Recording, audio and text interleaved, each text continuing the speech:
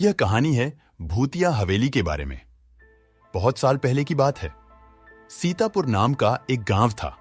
उस गांव में एक बहुत ही बड़ढ़ी हवेली थी। वहां सिर्फ भूतों का ही वास था।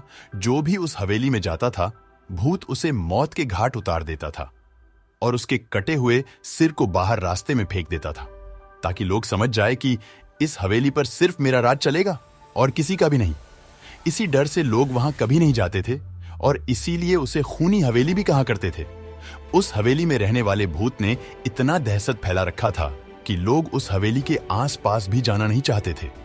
यहां तक कि भेड़ बकरी भी अगर गलती से घास चरते चरते वहां पहुंच गए तो वो भी तुरंत अपना दुम दबाकर भाग जाते थे, क्योंकि वह भूत जानवरों को भी नहीं छोड़ता था। एक दिन अमावस की रात थी। आसमान में बहुत बादल घिरे हुए थे और बारिश भी जोरों की हो रही थी। उसी गांव के 3 दोस्त राजू, शिवम और दीपक उसी रास्ते से स्टेशन जा रहे थे। उन्हें शायद उस हवेली और उस रास्ते के बारे में कुछ पता नहीं था। रात के 2 बजे का ट्रेन का समय था और ये तीनों करीब 8 बजे के लगभग घर से निकल गए थे। बारिश इतनी ज्यादा थी कि रास्ते में सामने का कुछ दिख नहीं रहा था। उनकी गाड़ी उस हवेली से होकर गुजर रही थी। सामने पूरा अंधेरा था और आसमान में बिजली जैसे ही चमक रही थी। वह हवेली और भयानक लग रही थी। तीनों की किस्मत इतनी खराब थी कि उनकी गाड़ी उस हवेली के ठीक सामने ही आकर खराब हो गई। ड्राइवर बोला, साहब लग रहा है कि इंजन में पानी चला गया है, गाड़ी स्टार्ट ही नहीं हो रहा है। इसको ठीक करने में शायद 1 घंटा लग जाएगा। तब तक आप लोग इस हवेली में जाइए। जैसे ही गाड़ी ठीक हो जाएगी मैं आप लोगों को वापस बुला लूंगा। ड्राइवर की बात सुनकर राजू, शिवम और दीपक हवेली के अंदर चले गए। हवेली बहुत ही सुंदर और चमकदार थी। अंदर थोड़ी सी रोशनी थी और ऊपर सीढ़ियों से एक बूढ़ा सा आदमी एक हाथ में लाठी और दूसरे में लालटेन लेकर नीचे उतर रहा था। राजू ने उससे पूछा, बाबा, क्या हम यहां थोड़ी देर रुक सकते हैं? बाहर बहुत तेज बारिश हो रही है और हम इस तेज बारिश की वजह से बीच रास्ते में फंस गए हैं। उसने पहले तो उन तीनों को गौर से देखा और बोला, ठीक है, रुक जाओ। फिर जब वे तीनों हॉल में पहुंचे तो उन लोगों ने देखा कि हवेली बहुत ज्यादा बड़ी थी और उससे कई गुना ज्यादा खूबसूरत भी थी। वहां एक दीवार पर एक आदमी की बहुत बड़ी तस्वीर लगी हुई थी, जिसकी बड़ी सी मुछे, एक हाथ में तलवार और दूसरे हाथ में पहले जमाने की तरह बंदूक था। एकदम राजा की तरह, और उस तस्वीर को देखने में डर महसूस हो रहा था। ऐसा लग रहा था कि ये कोई मामूली तस्वीर नहीं है। दीपक ने तुरंत उस बाबा से पूछा, बाबा, क्या आप इतने बड़े हवेली में अकेले रहते हो और इस तस्वीर में ये आदमी कौन है? बाबा ने दीपक से आंख मिलाकर कहा, ये इस घर के मालिक थे जो कई साल पहले इनकी मौत हो गई और मैं इनका रिश्तेदार हूं और इस हवेली की देखभाल के लिए आता जाता रहता हूं। आज बारिश की वजह से मैं भी घर नहीं जा पाया।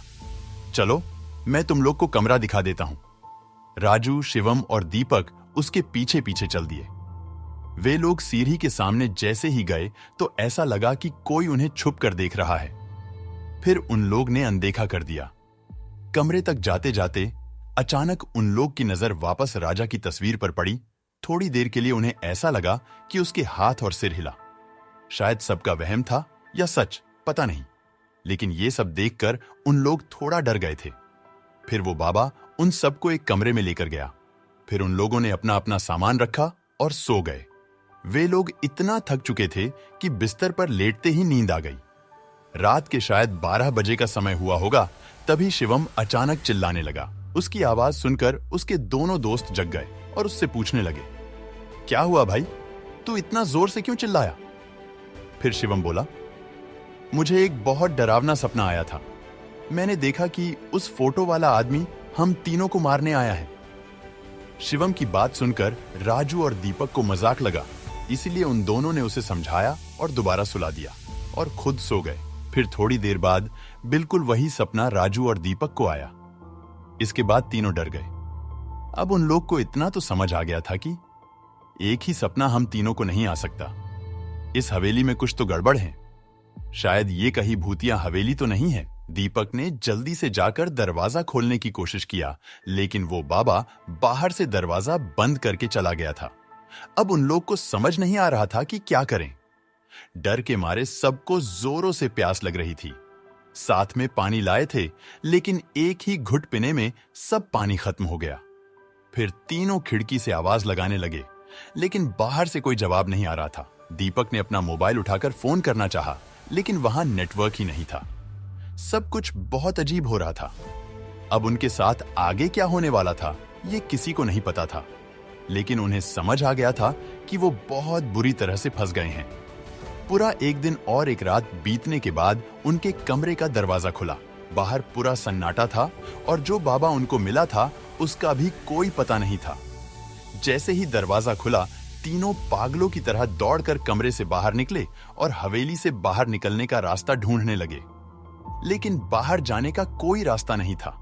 फिर सब लोग ऊपर चले गए और वहां से नीचे कूदने का सोचा, लेकिन हवेली इतनी ऊंची थी कि उन लोगों की हिम्मत ही नहीं हुई। उदास होकर सभी वापस नीचे आ गए। सबको बहुत तेज भूख और प्यास लगी थी। सब जगह देखा, लेकिन उन्हें ना ही कुछ खाने को मिला और ना ही कुछ पीने को।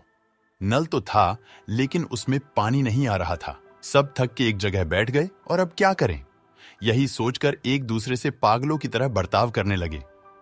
थोड़ी ही देर में शाम हो गई और उस हवेली के अंदर एक शैतानी माहौल बनना चालू होने लगा। थोड़ी देर में अंधेरा हो गया और तीनों दोस्त आपस में ललीढने लगे। ऐसे ही उन लोग की रात बीत जाती है। फिर दूसरे दिन सुबह होती है और फिर से सबको दोबारा से भूख और प्यास लगी होती है। सुबह फिर से सब लोग पानी खोजते हैं। तभी अचानक शिवम का पैर सीढ़ियों से फिसल जाता है और उसके पैर से खून निकलने लगता है। खून को देखते ही राजू और दीपक पागलों की तरह खून को पीने लगते हैं। तभी शिवम कहता है, अरे पागल हो गए क्या तुम लोग, क्या कर रहे हो, जानवर हो क्या। शिवम की बात पे कोई भी ध्यान नहीं देता है और उसके खून को पीते रहते हैं। खून को पीने से उनकी थोड़ी सी प्यास बुझ जाती है, लेकिन अब भूख के मारे उनकी जान निकलने लगी। रात हो गई थी। राजू और दीपक के अंदर शैतान समा गया था। वे दोनों शिवम के ऊपर टूट पड़े और उसे नोचने लगे। खूनी खेल चालू हो गया था। उस हवेली में जो शैतान रह रहा था, उसने उन दोनों को अपने वश में कर लिया था। थोड़े ही देर में राजू और दीपक ने शिवम के शरीर को काट काट कर टुकड़े टुकड़े कर दिए और उसके मांस को खाते रहे और खून को पीते रहे। शिवम की जान बची ही कितनी थी। इतने दिन के भूखों से बच नहीं पाया। शिवम की मौत हो गई। राजू और दीपक काफी देर तक उसका मांस खाते रहे, जैसे कोई जानवर दूसरे जानवर का मांस नोच कर खा रहा हो। ऐसा लग रहा था कि उन लोग के अंदर का इंसान मर गया हो। कुछ देर बाद रात हो गई। खून पीकर और मांस खाकर दोनों को अब बहुत जोरों की नींद आने लगी और वे जहां थे वहीं सो गए। सुबह हुई। दोनों थके हालत में सो के उठे, लेकिन प्यास और भूख उनका पीछा कहां छोड़ने वाली थी। अब दोनों एक दूसरे का शिकार करने के लिए सोचने लगे। राजू चालाकी से एक दरवाजे के पीछे छुप गया और जैसे ही दीपक कमरे में आया, वैसे ही राजू ने उसका सर पकड़कर दीवार में दे मारा। उसका सर फटकर 2 टुकड़ों में हो गया। जमीन पर पूरा खून ही खून बहने लगा। राजू उसका खून देखकर खुश हो गया और उसे पीने लगा और मांस को खाने लगा। हैवानियत अपने चरम सीमा पर थी। शैतान उसके ऊपर हावी हो चुका था। उसे कुछ सोचने समझने का मौका ही नहीं दे रहा था। तभी कुछ देर बाद राजू के शरीर में एक बिजली सी लहर चढ़ने लगी। वो कभी दीवार में तो कभी दरवाजे में अपने सर को मारने लगा। उसका शरीर उसके वश में नहीं था। ऐसे ही वह काफी देर तक करता रहा और अंत में खुद मर गया। दोस्तों, ये थी हमारी आज की कहानी। अगर आपको पसंद आई हो तो लाइक जरूर करें। मिलते हैं अगली कहानी में। जय श्री राम।